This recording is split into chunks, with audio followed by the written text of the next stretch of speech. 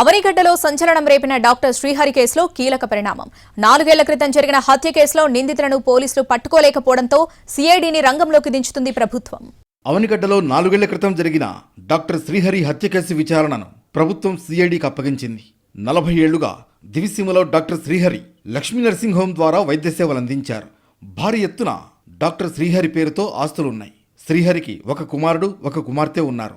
హత్య జరిగిన సమయంలో ఆయన ఒక్కరే ఒంటరిగా అవనిగడ్డలోని ఇంట్లో ఉన్నారు. భార్యా పిల్లలు హైదరాబాద్లో ఉన్నారు. 2020 నవంబర్ 29న శ్రీహరిపై దాడి చేసి చంపేశారు దుండగులు. ఇంట్లో ఉన్న ఆయన తలపై బలమైన ఆయుధంతో విచక్షణారహితంగా దాడి చేసి గొంతు కోసి చేతులు విరగ్గొట్టి హత్య చేశారు.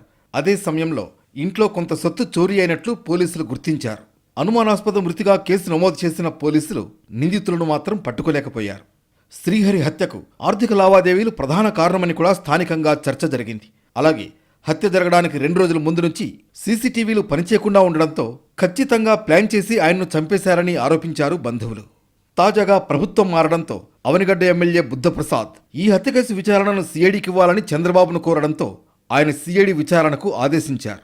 ప్రభుత్వ ఆదేశాలతో రంగంలోకి దిగుతున్న సీఐడీ ఈ కేసును ఎలా డీల్ చేస్తుందన్నది ఇప్పుడు ఆసక్తిగా మారింది.